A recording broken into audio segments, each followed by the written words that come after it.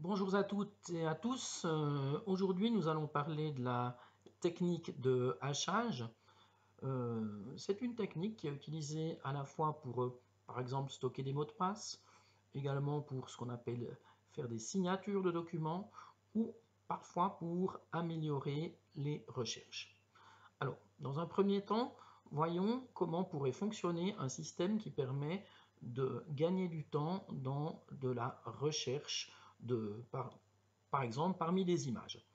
Si vous allez sur Wikipédia puis vous regardez ce que c'est que le hachage, on va vous expliquer ceci. Une fonction de hachage, elle va avoir en entrée un texte. On voit que ça peut être renard, le renard court sur la glace, bref, peu importe la taille du texte, nous allons passer ce texte dans une moulinette, une sorte de machine qui va nous faire un calcul pour nous donner une signature. Voilà un exemple de signature. Le MD5, c'est un algorithme qui permet de calculer cette signature.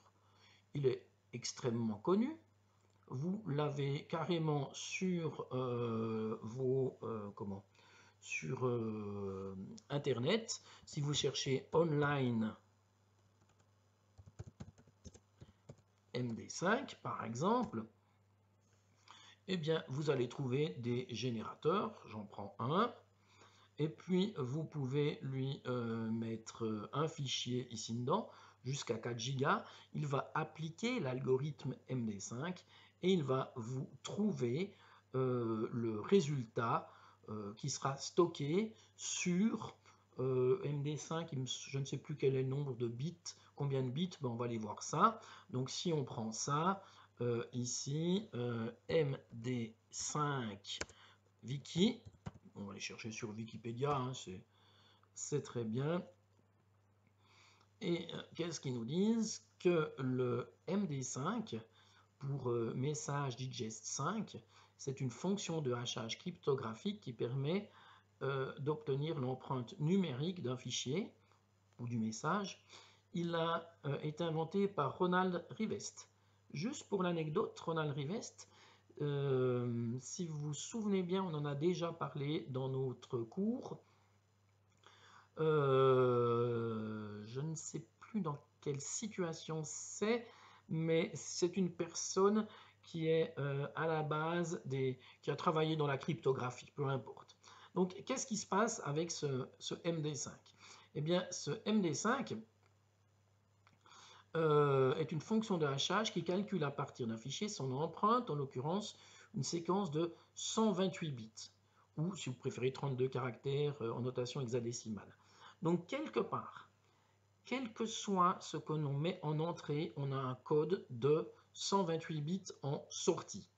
Si on vient voir ici, si on comptait ici, eh bien on verrait ceci, c'est de l'hexadécimal, c'est 128 bits. Alors, vous me direz, mais alors qu'est-ce que c'est qu'une fonction de hachage? Je vais vous montrer ça de manière un peu plus simple. On va prendre une fonction de hachage, mais comment? Une fonction de hachage qui est faite avec comment? Excel, par exemple.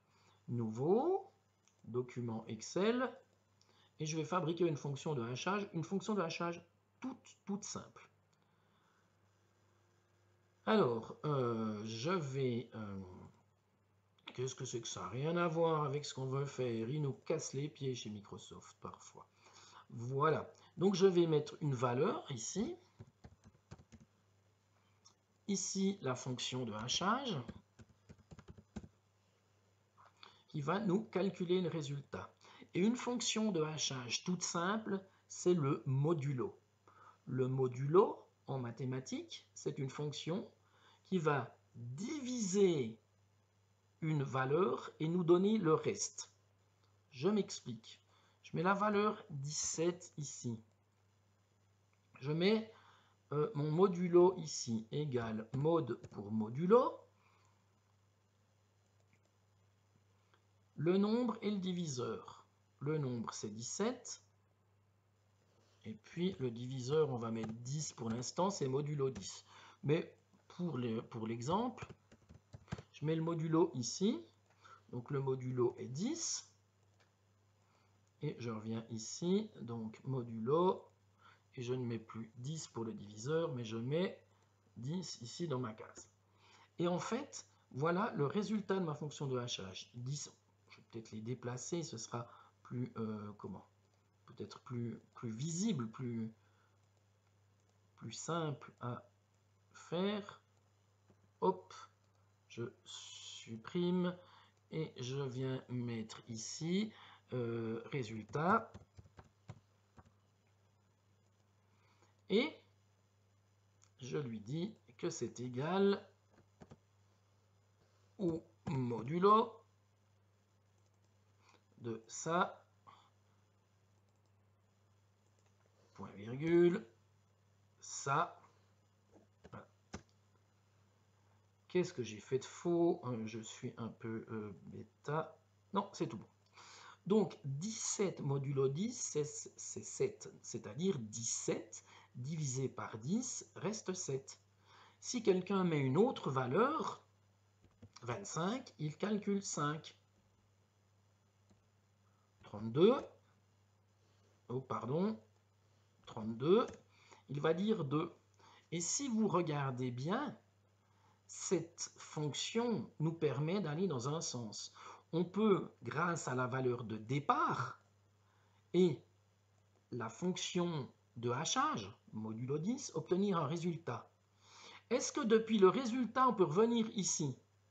Vous me direz, oui, on peut, assez facilement. Parce que s'il reste 2, effectivement, on aurait pu trouver 32, mais ça aurait pu être 22, ça pourrait être 12, ça pourrait être 2, ça pourrait être aussi 178 212. Et modulo n'est pas une super bonne fonction de hachage, parce que en fait, si on prend ici 33, et puis on fait comme ceci, on voit que en fait, ici, j'ai très vite ce qu'on appelle ici une collision. Pourquoi j'ai une collision? Parce que le reste d'une division par 10, j'ai pas 36 000 possibilités. Je peux en avoir 0, 1, 2, 3, 4, 5, 6, 7, 8, 9. Point barre. Par contre, si on a une fonction de hachage qui a, on a dit en base, en MD5, 128 bits. Nous avons donc 2 égale 2 puissance 128. Et ça, c'est gigantesque. C'est gigantesque, pourquoi? Eh bien, admettons que chaque solution, je l'écris quelque part sur une feuille, et puis que la taille de ce que j'écris est de 1 millième de millimètre. C'est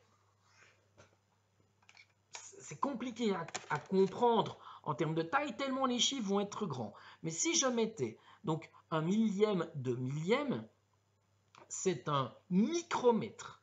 Si j'arrivais à être suffisamment fin dans mon écriture, puis j'écrivais ça, j'écrivais un micromètre, eh bien je vais calculer combien cela ferait de kilomètres pour mettre tous les résultats possibles sur 128 bits. Alors on y va. Donc ça, c'est le nombre de possibilités. Et je vais dire égal ça divisé par 1000. Ok, et là, j'ai déjà écrit sur 1 millimètre. Je peux diviser par 1000 encore. Égal ça divisé par 1000. 32. Donc là, je suis en mètres. On va prendre en kilomètres. Égal ça divisé par 1000. On a des kilomètres maintenant. On va peut-être maintenant, pour se donner une image un peu plus intéressante, aller depuis la Terre jusqu'à la Lune. On veut regarder combien il y a de kilomètres de la Terre à la Lune. Alors, distance, Terre-Lune.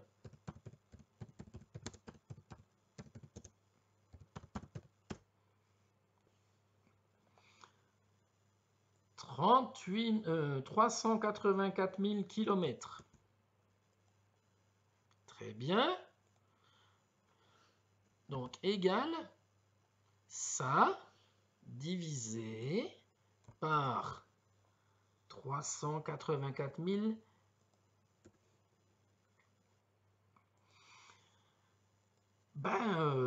Ça fait encore beaucoup, hein, parce que 8,852, etc., et puissance 23, c'est un chiffre qu'on ne peut pas comprendre. Alors, on va dire que cette distance Terre-Lune, elle est même pas compréhensible pour nous. Il faudrait la mettre 8,85 fois et puissance 23. Mais on n'arrive même pas à comprendre le nombre de kilomètres. C'est inimaginable. Et si on continuait comme ça, vous imaginez que pour avoir 2 puissance 128 bits, si vous écriviez toutes les combinaisons possibles en un millième de millimètre ou un nanomètre, je ne sais plus même dans quelle distance on est parti, il nous faudrait faire 8,85 et puissance 23 fois la distance Terre-Lune, où on écrirait tout ça pour mettre toutes les combinaisons possibles. L'algorithme MD5 n'a pas 10 combinaisons, mais on a 3,4 et puissance 38. C'est extrêmement, extrêmement grand. Ce qui signifie que si je vous dis ici que mon algorithme ici, c'est modulo 10, puis que ça vaut 7, vous allez trouver très facilement quelque chose qui ressemble à 37, ou à 17, ou à 7, ou à n'importe quoi, qui finit par un 7. Pas de problème. Mais si je vous dis que c'est plus l'algorithme modulo 10 ici, mais que, modulo 10, mais que c'est l'algorithme ici MD5, vous comprendrez que lorsqu'on vous donne un résultat pour retrouver une valeur possible de départ, ce n'est pas impossible, mais ça prend beaucoup de temps. Vraiment beaucoup, beaucoup de temps. Et le principe, il est le suivant.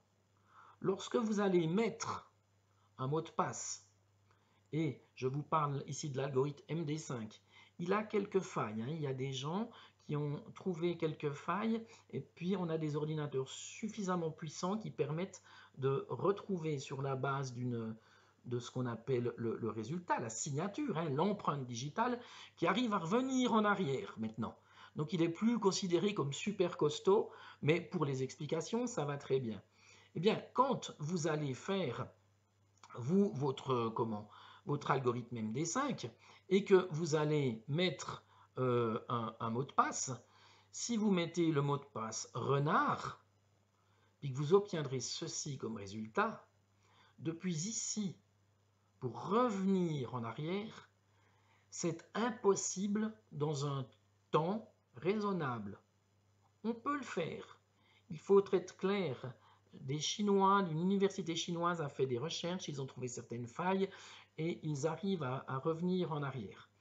Mais pour les explications, ça suffit largement. On n'utilise maintenant plus l'algorithme MD5, mais on utilise un algorithme dit SHA qui est plus costaud. Mais ça, c'est le principe. Donc, quand vous mettez un mot de passe renard, et puis que vous dites enregistrer dans le système informatique, vous tapez renard. Le système informatique va passer dans cette fonction de hachage et va générer ce code. Et c'est ce code-là qui sera stocké dans le système informatique. Ce qui fait que le jour d'après, lorsque vous venez vous connecter, qu'est-ce qu'il se passe? Le système informatique vous dit « Donne-moi le mot de passe ». Vous tapez « renard ». Le système informatique passe dans la fonction de hachage et calcule le résultat. Il obtient ceci et il va le comparer avec ce qui est stocké dans le système. Et si les deux signatures sont identiques, eh bien, vous avez le système qui vous dit le mot de passe qui m'a été donné la toute première fois où j'ai stocké l'empreinte et le mot de passe qu'on vient de me donner et où je calcule l'empreinte, je les compare, ils sont exacts, donc la personne a mis le bon mot de passe.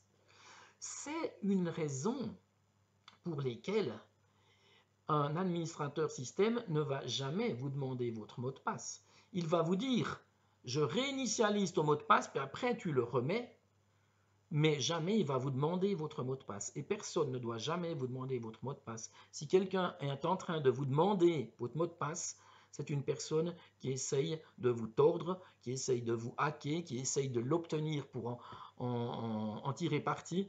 Vous ne devez jamais le donner. Ça, c'est très clair, c'est très simple et ça, vous devez vous en souvenir. Jamais aucun mot de passe n'est stocké. C'est toujours le hash qui est stocké. Deuxièmement, jamais personne ne doit vous demander votre mot de passe. Si on vous le demande, vous ne le donnez jamais. C'est qu'il y a un problème, quelqu'un essaye de vous faire un coup de jarnac, essaye d'obtenir un mot de passe pour rentrer dans vos systèmes, ça ne le donne jamais. Et troisièmement, quel que soit le texte que vous mettez, vous aurez toujours un résultat, une signature qui est stockée sur 128 bits. Mais ça veut dire quoi? Ça veut dire que si vous aviez mis 2 puissance 128 plus une valeur en entrée, vous auriez toujours, à un moment donné, ce qu'on appelle des collisions. Ici, vous voyez, 32 et 42 donnent 2. Ce sont des collisions. Et en fait, grosso modo, une fois sur 10, vous avez des collisions. En MD5, une fois sur 3,4 et puissance 38, il y a des collisions. C'est quand même plutôt rare. Et en fait, ces systèmes ne protègent jamais complètement. Mais si quelqu'un devait tester ces 3,4 et puissance 38 possibilités pour retrouver la valeur de départ, il lui faudrait un temps qui n'est pas raisonnable, un temps qui humainement n'est pas possible. Alors, je reprends ici. Voici mes solutions. En admettant que j'ai un système informatique qui soit composé de 1 million de processeurs, un énorme ordinateur qui soit composé de 1 million de processeurs. Donc, il pourrait travailler en parallèle. Donc, il pourrait prendre toutes ces combinaisons égale ça divisé par 1, 10, 100, 1000, 10 000, 100 000, 1 million. Voilà. Donc, j'ai déjà divisé toutes ces possibilités entre 1 million d'ordinateurs.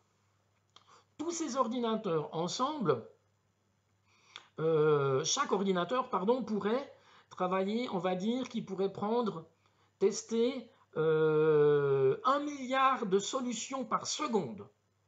C'est pas mal, hein? Égale ça divisé par ça. Oh, pardon, ça divisé par 1 milliard. 1, 10, 100, 1000, 10 000, 100 000, 1 million, 10 millions, 100 millions, 1 milliard. Donc tous les ordinateurs ensemble pourraient par seconde traiter tout ça en parallèle, mais il resterait encore tout ça. Ça, c'est par seconde. Égal par heure. Ça, divisé par 365. Par heure, pardon. Par 24, excusez-moi. Et puis, donc, par... qu'est-ce que j'ai dit? Alors, attendez, je me suis peut-être un peu... Vous voyez, ici, 1 million, je notais, hein, 1 million de PC, 1 milliard de solutions par seconde. Je vais un petit peu agrandir parce qu'on n'y voit malheureusement plus grand chose. Alors, ici, 1 milliard de solutions par seconde. Donc j'ai divisé, je vais diviser ceci donc par seconde par 3600 pour obtenir les heures. Donc égal ça divisé par 3600. Donc voilà ce qui resterait encore à traiter. Donc pour les heures, on va prendre pour les jours égal ça, pardon, égal ça divisé par 24. Voici le nombre de jours qui resterait.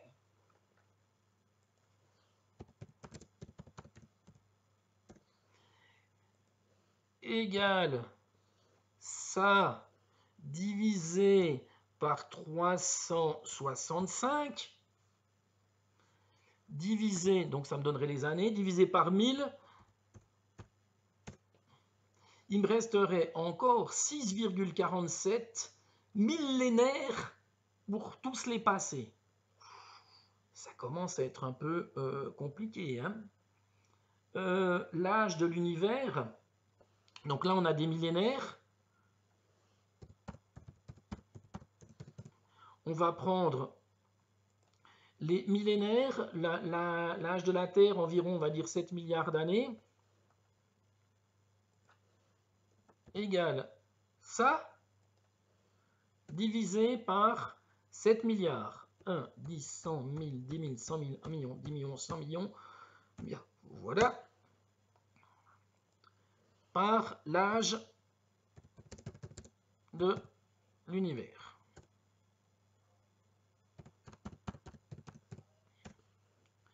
Donc, il faudrait qu'il y ait, nous sommes en millions, alors, et puissance 6 millions, et puissance 9 milliards. Il faudrait 924 milliards de fois l'âge de l'univers pour tout tester. On comprend tout de suite que c'est des chiffres incommensurables et que pour passer depuis le résultat du MD5 vers la valeur de départ, on aura énormément de temps, puis la probabilité qu'il y ait deux valeurs qui aient le même résultat est relativement faible. Et le MD5, il n'est pas différent du modulo 10, sauf que le résultat est fait de telle sorte que pour revenir depuis le résultat à la valeur de départ, ça prend un temps monstre, alors que dans le modulo 10, c'est assez rapide. Ceci est le principe de base du hachage. On met une entrée, 35, une fonction, modulo 10 MD5 SHA, et on obtient un résultat 5 ou n'importe quel résultat. Je vais aller chercher un MD5 online, celui-ci ne me plaît pas, MD5 online Generator, voilà. Je vais mettre comme mot de passe Toto va au lit. H. Voilà ce fameux résultat. Partir de Toto va au lit et calculer ça, c'est très simple. L'inverse est compliqué. Donc, quand vous vous connectez sur un système informatique, vous avez par mot de passe un mot de passe par défaut que vous donne l'administrateur. Authentifie 1 par exemple. Et donc vous avez O-T-E-N-T-H, authentifie 1, voilà. Et ça, c'est l'administrateur qui a mis ça. Il a stocké ça dans le système informatique. Et lors de votre première connexion, l'administrateur vous a dit, ben voilà, c'est authentifie. Et vous allez mettre ça dans le système. Le H va calculer ce résultat-là, va comparer avec ce qui est stocké, et va dire, ok, c'est bien vous. Il va vous dire, mettez maintenant votre mot de passe. Et votre mot de passe, que vous mettiez ABC ou 1, 2, 3, ou n'importe quel mot de passe, il va stocker ce H. Bien entendu que si vous mettez ABC, ce n'est pas une bonne idée.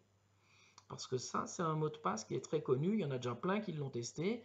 Et puis, il y en a qui ont déjà stocké ça dans des bases de données pour pouvoir revenir en arrière rapidement. Mais si vous mettez ABC 1, 2, 3 et le E majuscule et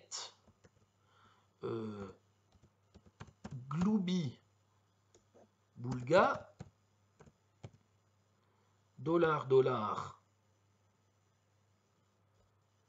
F étoile, vous aurez bien quelque chose qui est connu, facilement calculable, pardon. Par contre, pour revenir en arrière depuis ici puis retrouver ça, je pense que personne n'avait encore testé ce mot de passe ici. Alors que ABC, tout le monde l'avait testé, il est connu. Voilà, chers amis, comment fonctionne une fonction de hachage. Voilà comment est stocké un mot de passe. Voilà à quoi ça sert. Et voilà pour quelle raison vous ne devez jamais, jamais, jamais donner votre mot de passe. Je vous remercie pour cette partie. On se retrouvera pour une autre partie. On va utiliser ces fonctions de hachage dans d'autres situations.